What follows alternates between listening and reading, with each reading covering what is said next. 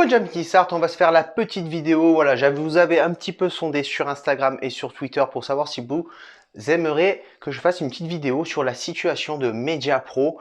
Voilà, le groupe Sino espagnol, pardon, qui détenait les droits TV de la Ligue 1, de la Ligue 2, des matchs de Champions League et d'Europa League, et le fameux scandale qu'il y a eu autour de ça, et vous avez été plutôt assez favorable. Et donc, on va un peu, je vais un peu pas reprendre depuis le début, mais voilà, ça fait déjà un bon petit mois que Mediapro a rendu les droits de TV à la LFP, l'intégralité des droits de TV de Ligue 1 et de Ligue 2. Et pourtant, il continue à diffuser les matchs de Ligue 1 et de Ligue 2 sur la chaîne Téléfoot.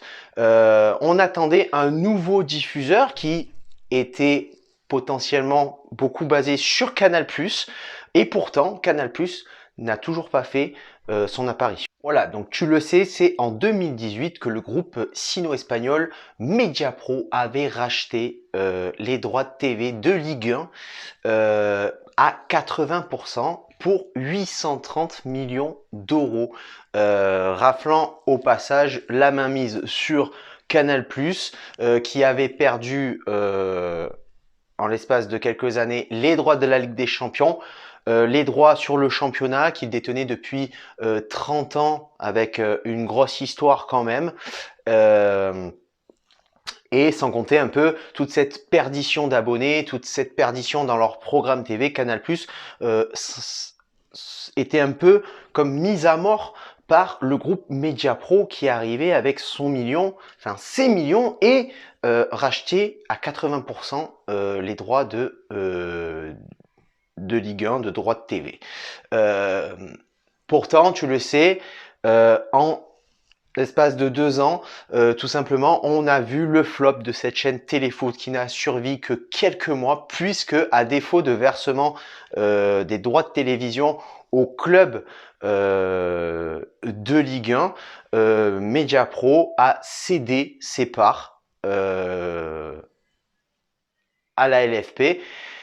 Et le directeur de Canal+, Saada, avait déjà dit il y a 2 ans, en 2018, que tu ne pouvais pas rendre les droits de TV rentables avec 1 milliard d'euros. Et c'est pour ça qu'il a essayé de rebondir, de placer ses pions pour pouvoir se placer un peu comme le grand sauveur de la diffusion de la Ligue 1.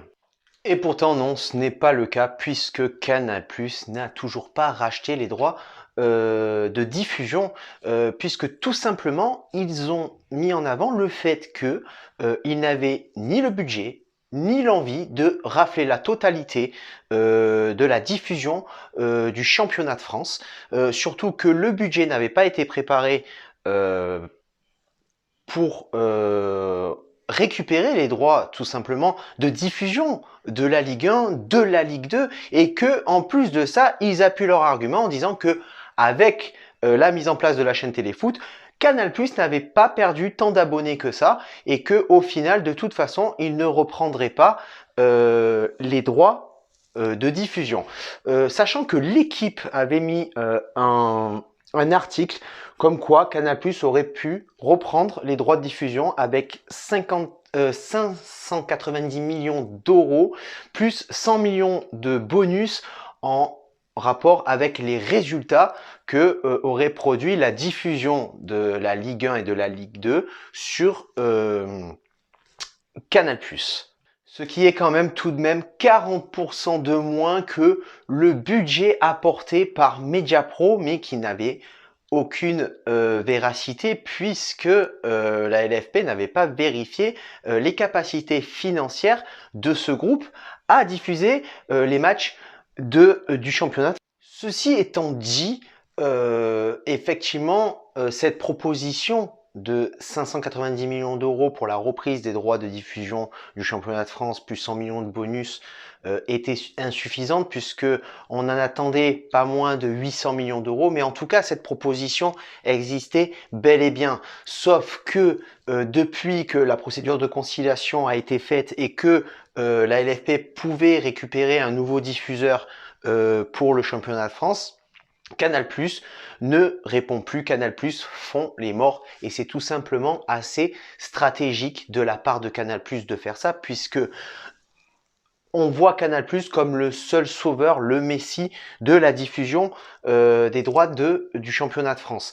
Donc clairement, c'est assez stratégique ce qu'ils font puisque en vrai, par le tribunal de Nanterre, après cette procédure de conciliation avec Mediapro et la LFP, Téléfoot diffuse à minima jusqu'au 31 janvier les matchs de Ligue 1 et de Ligue 2 à leurs frais, ce qui fait que ça laisse le temps à Canal+ de laisser attendre la LFP pour avoir une proposition beaucoup plus alléchante, beaucoup plus dans leur budget et de pouvoir récupérer les droits de diffusion à moindre coût. Canal+ cherche tout simplement à faire mourir la Ligue 1 pour que la LFP vienne leur offrir la meilleure offre et Canal+ aimerait une offre à moins de 500 millions d'euros tout simplement pour pouvoir reprendre les droits de diffusion du championnat de France. C'est une stratégie financière, mais une stratégie politique où les dirigeants de Canal+ ont demandé à Emmanuel Macron de baisser la TVA qui était à 10% lorsque Mediapro détenait les droits de diffusion et la voudrait à 5%.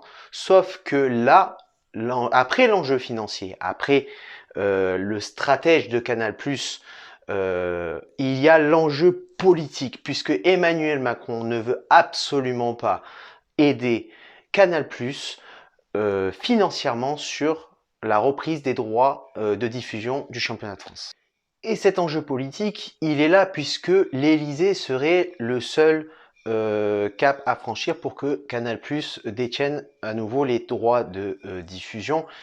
Il validerait le cap, sauf que Macron ne veut absolument pas aider financièrement Canal+, car il accuse Bolloré et consorts d'avoir fait de la chaîne de CNews une chaîne d'extrême droite avec comme figure le polémiste Éric Zemmour, qu'on connaît tous. Voilà, donc bon, c'est politique. Moi, je ne parle pas de politique sur la chaîne.